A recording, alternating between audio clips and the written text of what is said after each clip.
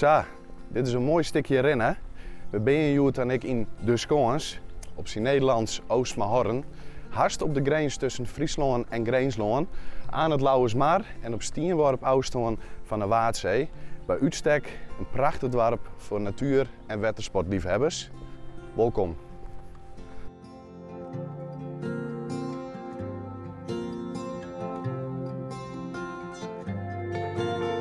Officieel valt De Skoans onder het dorp Anjem. En dat je geschiedenis leidt, is meer dan duidelijk.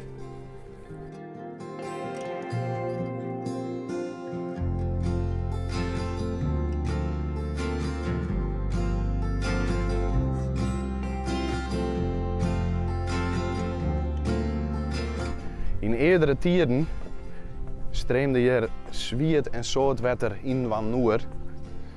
En voor de angst voor de overstromingen werd er in 1969 in Daan gebouwd. Op de eerdere zeebuim ontstiet een prachtig Nederlandschip in een echt vogelparadijs. De natuur in de Lauwersmaar is zo bijzonder dat het gebied aangewezen is als een nationaal park.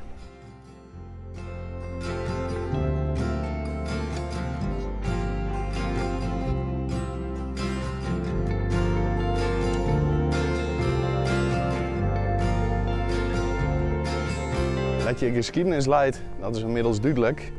Want in de nadagen van de Tweede Wereldoorlog werd Oostmaarhorn aanvallen door Duitse schepen. In de nacht van 13 op 14 april 1944 heeft de Duitse grenswacht van De Skoans opdracht gekregen om De Skoans voetendagelijks te verlaten nadat de Canadezen begonnen waren een harde opmars naar de grens. Van Schiermonnikoog werd mij een kanon met granaten op het dorp sketten. We trokken een soort huis een rekken. Zei ik bij dit pand waar wij nou naartoe gaan. En nog altijd binnen de inslagen van de granaten zichtbaar.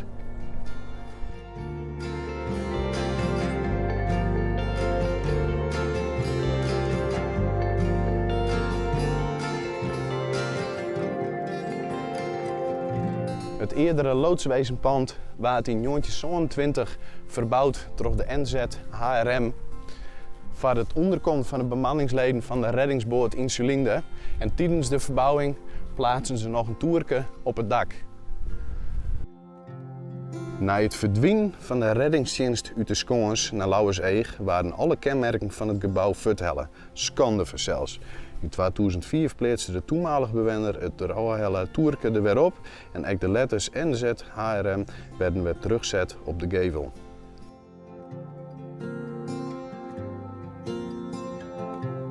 De Joerdijkse eigenaren hebben het pand van zijn ondergang weten te redden en in ere te herstellen. In 2017 kwam er een architect om te pas die de binnenkant voor zijn rekken nam. Natuurlijk mij behoort van de authentieke details, nee in een oordjaske. Net alleen om het esthetische deel werd omtinken onbesteed. Het pand kan het eerste centennium ruimschoots vooruit, want bij de verbouw is er ook goed rekken houden bij de verduurzaming. Waaronder het dak, de vlier en de muurisolatie. Er waren zelfs 20 zonnepanelen geplaatst, goed voor gemiddeld 4000 kilowatt opbrengst in het jaar. En er werd een 300 liter warmteboiler geïnstalleerd. Kleer voor de toekomst dus.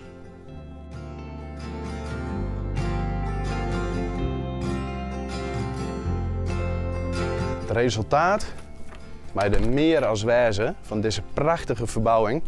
En zelfs de tuin, die werd onderhanden door een huizen tuinarchitect.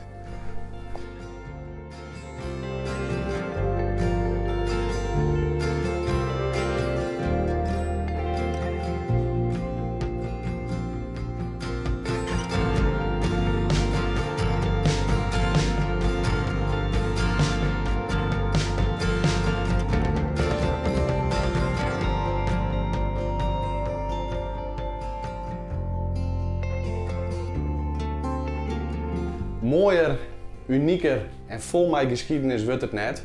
En volgens mij heb ik de meesten van bijzonder wegen meer als enthousiast maken. Ik verwelkom jou dan graag voor een bezichtiging. Oprichten van zelfs. Tot de volgende keer.